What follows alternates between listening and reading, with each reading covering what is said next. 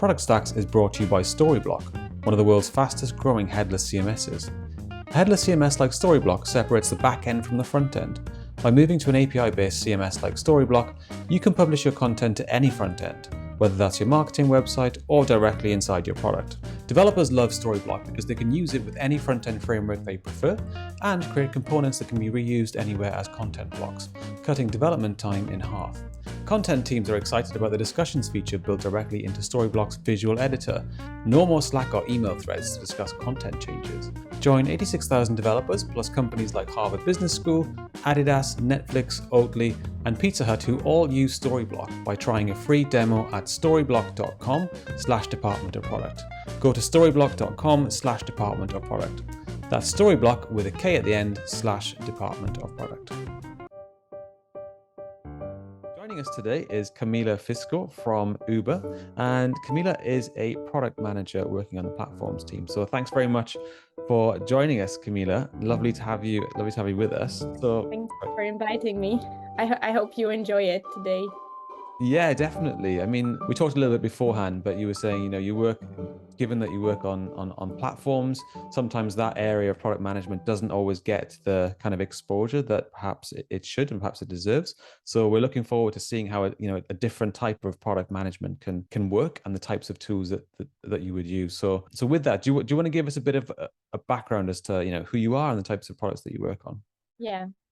So I guess I can give you a bit of a background on how I became a product manager, because I guess many folks here probably are trying to make this transition.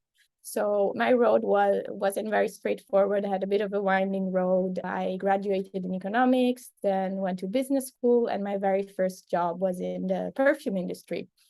And okay. Yeah, that's very, very different from technology. But then I realized that I actually wanted to become involved in technology. So I took on a bunch of internships in tech companies at IBM and at Google, and this was more in business roles, so more sales, marketing roles. And then I started out at Uber actually in marketing. I was working in performance marketing, so both in analytics and in CRM. So CRM is that team that is managing the whole communication workflow, which is like emails, push notifications, and so on and so forth. And then there, I really got interested into building software, and I was able to make this transition from marketing to product management within Uber. That's really interesting because there's no one set route into product management. Every product person that we speak to has a quite a unique path into it. And often we'll get asked, what is the best way to transition into product? And we always say, well, there isn't really a formal path. You might get some certifications, you might learn certain things online, but actually it's just about gaining some relevant experience and then often just jumping into it, sideways, like as many people did, and transitioning from marketing is quite a common approach. And how have you found that transition from marketing and from your background into product so far? Yeah, well, I mean, I really love it here, and I see myself continuing my career in product management, but what I learned on the marketing side was extremely valuable because you do learn a lot of skills. Like, for example, I was working a lot with creative people, so you learn that side. I was also working on performance marketing, so analytics played a very important role, like how to set up A/B tests, and also working on technical solutions for CRM. That was also something that helped me a lot, and kind of I did already have some foundations for the role when I started it. So I guess that is good because product management is such a broad role that you can come from different backgrounds, and there's almost likely something that you've learned previously that you will have to reuse, readapt, build upon. So yeah, that is for people coming from different backgrounds.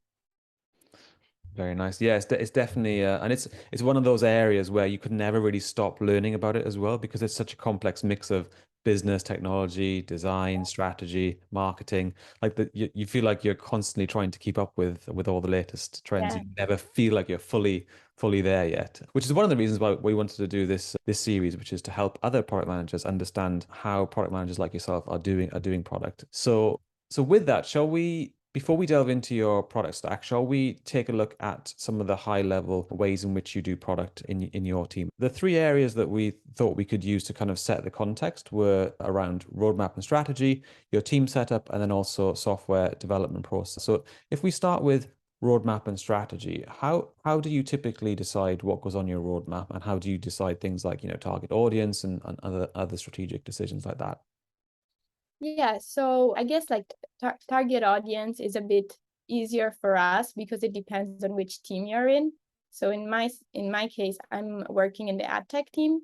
So Yeah. the Adtech team at Uber is, and I'll speak a bit more about it later, but it's basically a team that works internally to optimize how we do marketing and to build tools for channel managers to set up campaigns at scale and at speed, and also so that these campaigns perform better. And in that sense, we have different processes to set up strategy and roadmap. So it's actually quite formalized. So Okay.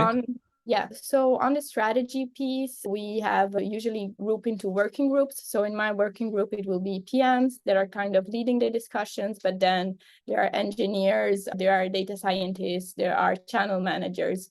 And we usually do this work. We're actually doing it right now to set up the strategy, and it's done maybe it's 2-year, 3-year plans That's on quite the a direction long. we want to go.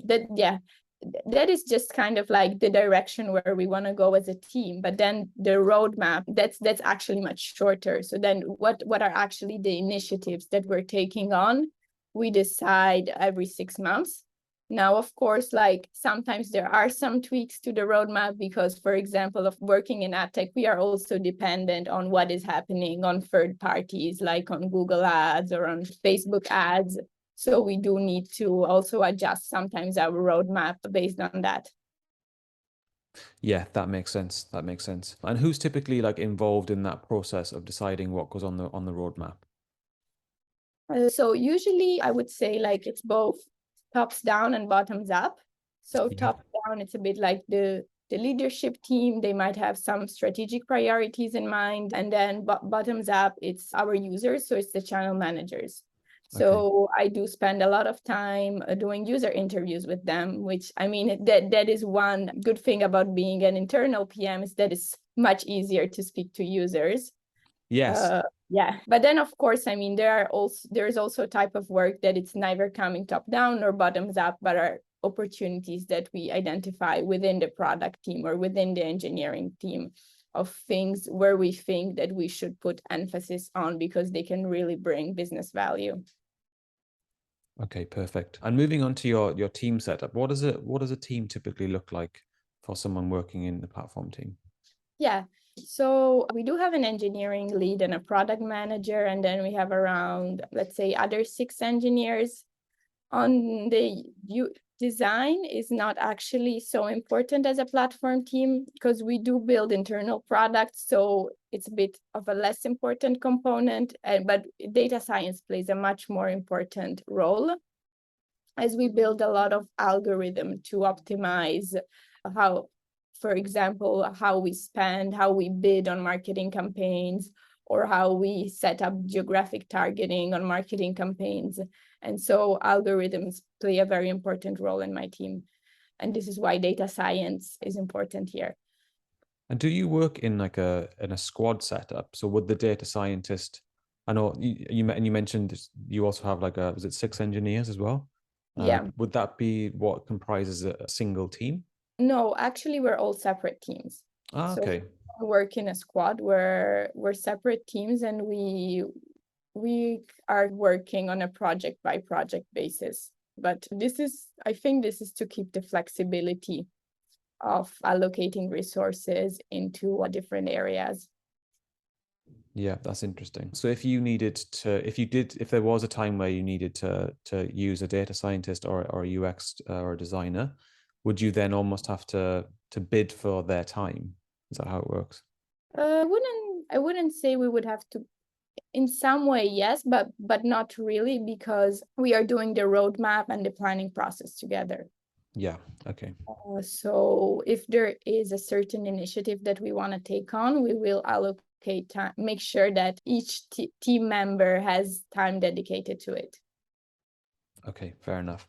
Perfect. Yeah. It's really interesting to see how different types of teams are structured. Yeah. Again, I mean, like, this is not Uber wide. I think it's also team specific. Yeah. Yeah, I can imagine. Yeah. Perfect. And then finally, before we delve into your product stack, what is your typical software development process? Yeah, so we work in sprints, so it's a bi-weekly sprint. Now, usually what I've noticed that bigger tech companies like Uber or Google or Facebook are not that strict on agile development process. So we do work in sprints, but actually we do have a sprint goal, but it's more about actual delivery of milestones, which could be in or outside of the sprint. I mean, we do have this, I would say we have a bit more flexibility. Okay, perfect. And we'll come on to talk about some of the tools and the products that you use in relation to your sprints in a moment. So yeah, so with that, thanks for giving us a bit of a context as to your overall product development process. Shall we now take a look at some of the products that you've chosen to highlight? Yeah, let's do that. So yeah, maybe before we dive into that, I'm just gonna give a quick intro on the team. Yeah, sure. Yeah, so so you do get some context on like what we're doing. So I'm working on this Adtech team. And as I said before, it's basically a team that is developing the strategy and automating campaign optimization for different channels. So by channels, I mean Google Ads, Facebook Ads, Snapchat, and so on and so forth. And why this is important is because Uber is operating in many countries, as you can see, 71 countries for mobility, 32 countries for delivery. So you can imagine that we do need to personalize and show ads and target ads to drivers, riders, couriers, eaters across the globe in many different languages, in many different cities. So there are a lot of challenges that come with that. So yeah. And excuse my complete ignorance about how Uber's ads works. Are we talking here about adverts that are placed inside the Uber app and are then shown to Uber users, or is it something slightly different? No, I mean, we also have that, but my team works on ads that are for acquisition, for user acquisition. So Okay. basically, we want to show ads to users who haven't tried Uber yet, who Right. haven't ordered on Uber Eats. And a lot of our efforts are also in acquiring drivers and couriers to the platform, which is actually a very, very big point.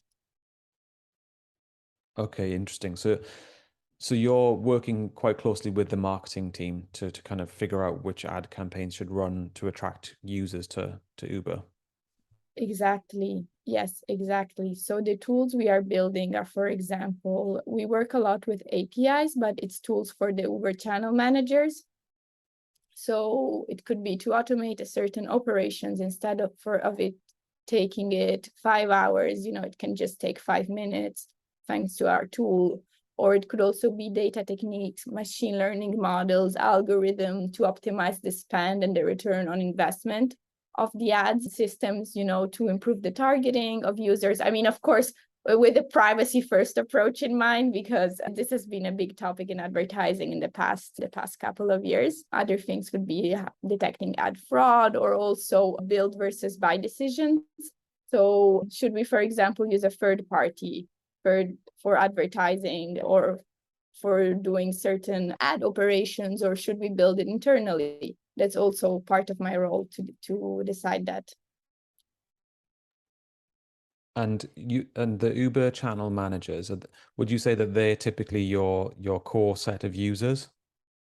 They are my core set of users, but I do also have other users. So it could be also other engineering teams that are using the system, or it could be the data science team is also using some of our tracking systems for their own projects. Or it could also, sometimes we also have built the tools for regional teams so that regional teams can easily give inputs at a global scale to the channel manager. So the core is the channel managers, which are the marketing managers, but then there are some other more users that are internal to Uber. Perfect. And as you said, it's actually really helpful working on an internal product because you can access your users for user research and usability testing quite easily, which I think a lot of people underappreciate. I think internal tool product management doesn't really get a lot of the spotlight that it sometimes deserves, because it's still a fully fledged product role and a product discipline. It's just that your users are probably a smaller set of users, but all the different product skills that you need to be a product manager still apply to internal tools. And I think it's important to highlight some of the benefits of being an internal tool product manager, because sometimes I think some people almost like frown upon it. And I've worked in companies where I've worked only on internal tools, and I've actually found it to be quite an enjoyable experience, because you get that instant feedback. And yes, you might not be reaching like millions and millions of users like you would be on a consumer facing product, but it's still building products. You still have all users that you need to build for and make happy. So I think it's important to highlight that. But I mean, in my case, we do have the internal users, but at the end of the day, the ads were showing them to the actual users. I can use that wording. So in that sense, I do need to have my internal consumers in mind, so the marketing managers, but I'd also do need to have the actual user experience for external users as well. So yeah. For example, one product that we recently launched is actually ordering Uber Eats directly from Google Maps. So in that case, we build the whole integration with Google to enable this. Oh, wow. Yeah. So you've kind of got the best of both worlds and the challenges of both worlds in your role. Okay, perfect. So shall we take a look at the first product that you've chosen to highlight? Yeah. So the first product is Coda. So Coda is actually a software that allows you to do many different things. And in my case, as a team, we use it specifically for tracking OKRs. So basically what we try to do is to have KRs that are measurable. I think that this is nothing new here, but we also try to measure have a baseline, so that we can see what was the increase in that specific key results. And then we also try to have leading indicators in mind. So leading indicators are indicators that can be directly impacted by the project and the initiative that we're taking on. So I think this is also because we're working as platform PMs. So as platforms PM, it might take some time to actually see how your product is influencing the bottom line, let's say increasing conversions, right?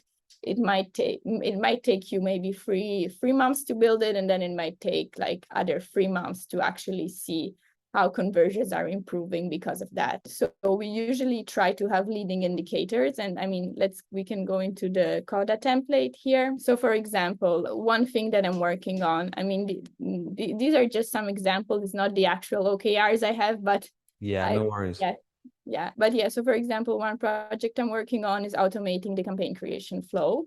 So we want to automate and make it easier for channel managers to create a marketing campaign. And in that case, I mean, we will measure how much time it takes to basically create a campaign before and after launching the product. In this case, this would be a leading key result. Then we will measure how much spend is supported by the new campaign creation flow. So we assume that we start from 0, and then we want 90% of campaigns to go through this new flow. And then something like improving return on ad spend, this might more be a lagging indicator. So we might actually see an improvement much later. So I mean, like, why would improving the campaign creation flow also improve return on ad spend? Because often we don't just automate the process, we also add some sort of intelligence capabilities, so that we're not just doing it in a more efficient and faster way, but we are also have this sort of data-driven models that do some of the decision making, and hopefully, reduce errors and reduce gaps and so on and so forth. I really like the way you've broken it down between lagging and leading indicators, because it's quite a subtle thing, but it makes a lot of difference, doesn't it? Like if you're building something, you might not see the results of it for another couple of months. And I think often teams will just be chasing key results, but actually you've really got to let it settle in and embed before you start to see any results, and therefore before you start to make any conclusions off the back of it. So that's a really nice way of just highlighting the different types of key results, I think. And then, And sorry. no, I just wanted to say we do look at these on a monthly basis. So Okay. you do also want to pick something that's moving on a monthly basis because you want to show that improvement to other stakeholders and to the leadership teams. Yeah. And how often would you set these objectives and key results? Would this be something you do every quarter, every year, or how does it link back to your roadmap? Yeah. So we would set it every 6 months. Okay. We would track them, yeah, on a monthly basis. And what is it about Coda that you enjoy using? Well, I think it's very user-friendly. I mean, many of these things you could also do on G Sheets, right? But you would have to do much more formatting, and then there are some features, that you wouldn't be able to use. I mean, like this bar is pretty nice. Yeah, what is that? So could you show us that? Yeah, That's just showing you okay, cool. So you can, yeah, you can update it. There is also, I believe there is also a way to automate this. that's cool. I like that. I mean, it's Yeah. a really nice way to represent the Yeah. 0 to 1 scale, isn't it? Because it's meant to be like a scale. Yeah. And then, I mean, you also can set up different owners, so you can use it if you're working across different teams. And you can also have different views. So you can have a more summarized view of just the objectives, and then more granular view with the objective and the key results. So that's also nice about Coda. Yeah, it's a really nice clean interface as well. And is this something that you use across the whole Uber product team, or is it just something that you personally use? Yeah. So actually, this is one of the tools we just use in my internal team, and then we do share it with the leadership team in a different format. So we're actually just using it in the smaller team, let's say. Perfect. And are there any, I know you mentioned the slider and some of the other functionality. Are there any specific features or ways that you use Coda that you'd like to highlight to our audience? I know we've covered quite a lot there, but if there's anything else that springs to mind? Yeah, no, I just think like, yeah, the summary views are very interesting. Yeah, what was at the top there as well? You got, Yeah. So basically, this is automatically linked. So let's say that you want to update your objective and I don't know, ABC, then it will be automatically updated also in the table below. perfect. And do you use Coda for anything other than OKRs? Do you use it for product requirements, documents, or anything like that? Well, we have tried using it for product requirements documents actually, so that's also nice to use it in that way. But we have seen that it gets a little bit tricky when you have a lot of stakeholders from different teams that are not using it. So in the end, we did revert to using G Sheets, the Google Suite, Google Docs app. Perfect. So that's your first product then, which is Coda. Thanks very much for showing us an example of how you use that. Do you want to move on to your second product? Yeah, so the second product, and I've heard that this has been mentioned a lot, is Smartsheets. Yes, Yeah. very popular. Yes. So actually, I didn't know Smartsheets before joining Uber, but I think of it a bit as sort of more powerful because it does have a lot of functionalities. Like, for example, it automatically builds Gantt view, calendar views, Kanban views. So you can add your roadmap and then have different views and that you can use for also different types of use cases. Like, for example, the Kanban view might be useful if you're working with the engineering team, while the Gantt view and the calendar view might be more useful if you're in a meeting and you need to present it to your internal stakeholders. Perfect. So do you use Smartsheets predominantly for roadmaps then? Yeah, predominantly for roadmaps. That's right. So Awesome. yeah, Yeah, we've had a lot of people mention this, and I must admit I hadn't really used it in the past. I hadn't really heard of it, to be honest. And I think it's quite big in US based companies, but maybe not so in Europe. But obviously you're based in Amsterdam. Yeah. Maybe it's because Uber's an American company that's also been chosen as a tool for you as well. But Yeah. do you have any examples that you could potentially share with us? Yeah, I mean, like, let me share an example. So I mean, this is not our actual roadmap, but this is more an example of how I would build it. So, we would have a project and then under, let's say, launch new targeting system. Okay. And then under each project, we would have different milestones. So now we mostly use Smartsheet as a roadmap for basically communications with external stakeholders, leadership team, while for more day-to-day work, we use Jira. So the good old Jira. So yeah, so that also is a very popular tool as we found out. yeah. So you would use Jira and Smartsheets. Yeah, so Jira is more day-to-day. So it's basically for sprint planning. And Smartsheets would more be for the 6-month roadmap. So Okay. what you want to deliver in the next 6 months and what are the milestones, especially that you want to deliver. Perfect. And imagine that, I mean, we use Smartsheet on a really broad level. So for the whole paid marketing product team, so I'm working, for example, on paid marketing optimization, but then we also have like the CRM product team, we have the SEO product team, we have the many types of marketing that we're doing that have internal product teams, and we all track them here. Awesome. And how do you personally find using Smartsheet? Well, I like it. I have to say at the beginning, I would say it's less user-friendly than Coda. At the beginning, there are just a lot of features and a lot of things you can do with Smartsheet, so it can be a little bit overwhelming when you use it at the start. But once you get into it and once you start understanding all the capabilities that you have, it's actually a very powerful tool because it has a lot of features that are not available in other tools. So for example, summary views, you can have like this same type of roadmap, but have very different views depending on who you're presenting it to, or what type of question you're interested in answering. So for example, one thing we use it for is to understand resourcing of engineers. Interesting. Yeah. So I don't have a column here. This is just a sample. But we would have a column with the estimate for each project and milestone. In engineering time, of course, it's a rough estimate because it's always hard to be perfectly accurate, but we would have this estimate, and then we would basically link it with the resourcing that we have on the engineering team for that for those months. And then we would understand basically based on that then where we need to make trade-offs, where we need to drop off something or pick up something else, or we might also, rearrange projects within teams to optimize capacity. And you mentioned that it allows you to do certain different views. Yeah. Excuse me. So you can have one set of data and then you can almost represent it in different ways. And that sounds like that's one of the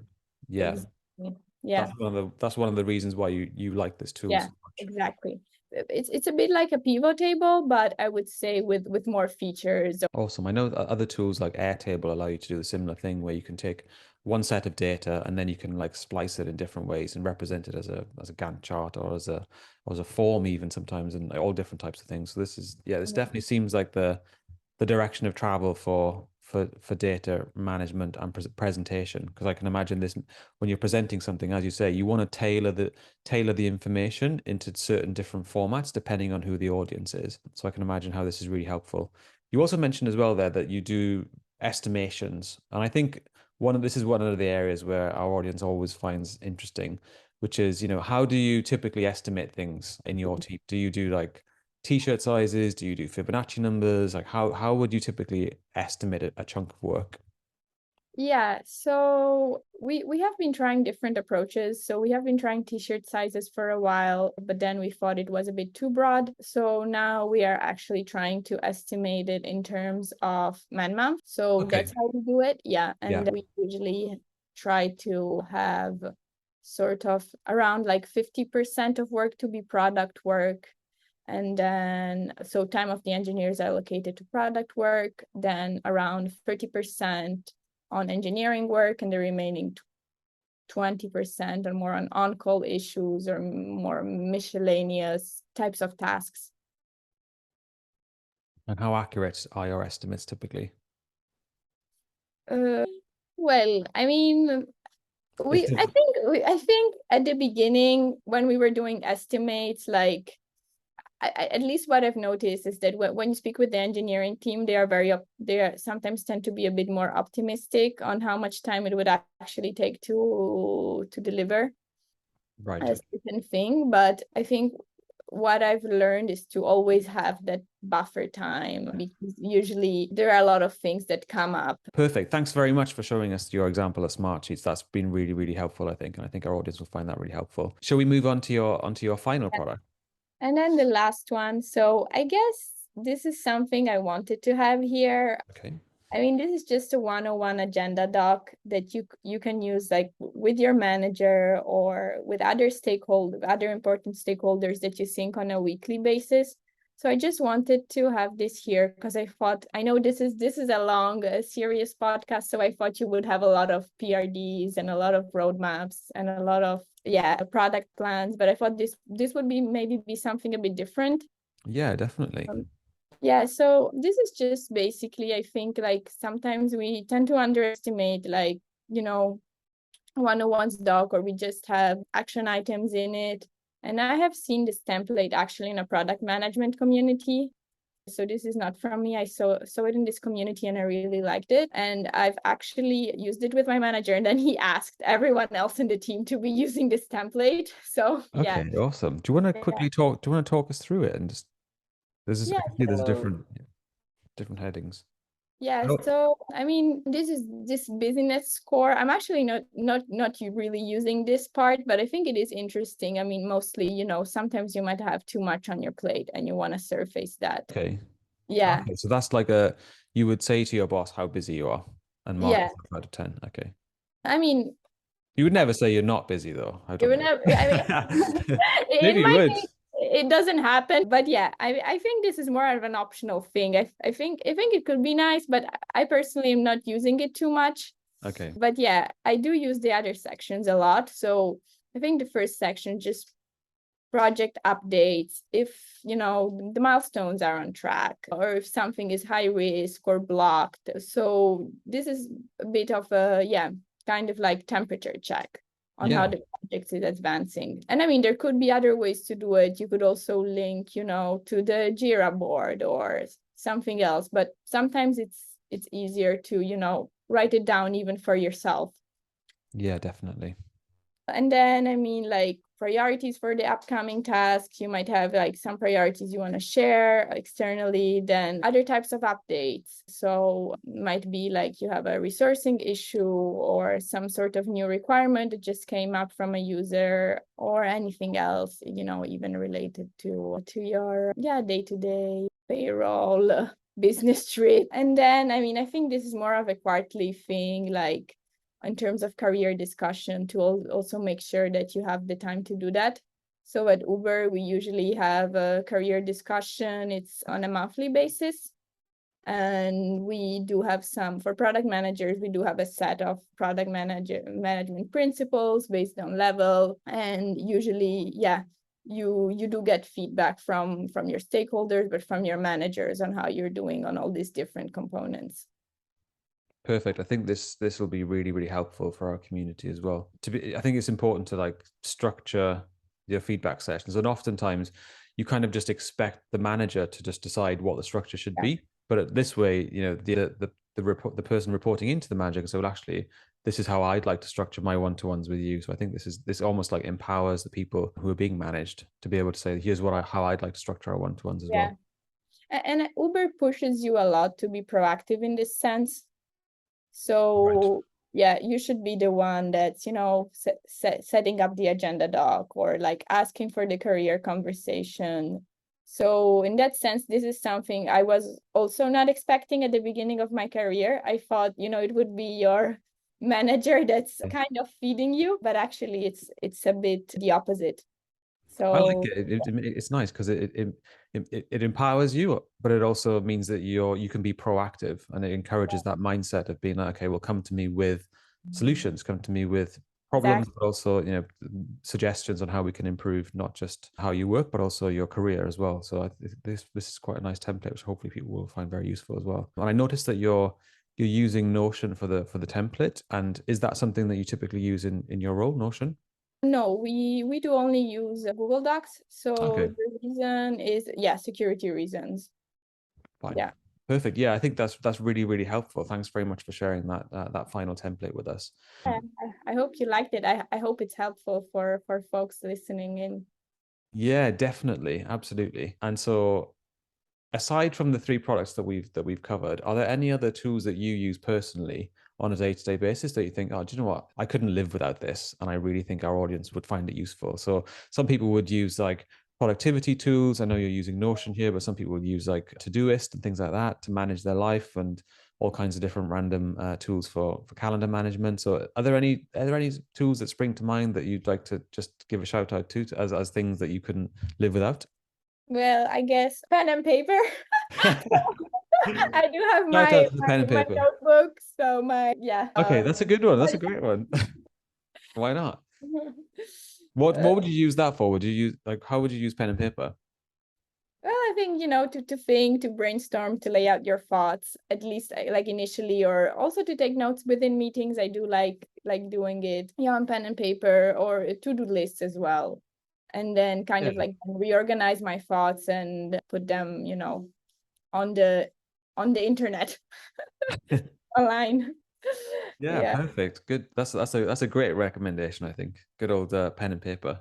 Because even though like things like iPads and different tablets allow you to draw on them, it still doesn't feel the same, I don't think. I don't know why, but I've tried like drawing on iPads and things like that. But I think the fact that it's not permanent and you can just erase it and change it, it makes it feel, I don't know, it doesn't make it feel as authentic. So once you know that once you've written on a piece of paper, it's there to stay and you can look back at it at any point. Whereas on digital tools, it just doesn't, it feels more disposable. It doesn't feel as real. Exactly. And I do also think, with the shift to remote work, like part of my team is in the US. So I work remotely a lot. Like most of my interaction is like on Zoom meetings. So you also want to have that component. Yeah, absolutely. So much of our world now is digital whiteboards, digital like product tools, all the rest of it. So having that solace where you can go back and just look at a physical piece of paper is good for your brain, I think, good for your creativity. Perfect. Thank you so much, Camilla, for taking some time out of your busy day. Are there any places that people can follow you if they wanted to? Are you on like LinkedIn? Are you on Twitter? Are you on any other social media that people could follow you? I guess LinkedIn. Okay. So I'm not writing much, but maybe in the future. Okay, perfect. Thank you so much for Thank taking time out of your day. you. No, thank you for inviting me, and I really hope, this has been a helpful session. And yeah, I guess if someone found it helpful or will reuse some of the templates, I'd be really happy. Perfect. Thank you so much. No, thank you. Then have a good day. Yeah, you too. Lovely to meet you. Cheers. Yeah.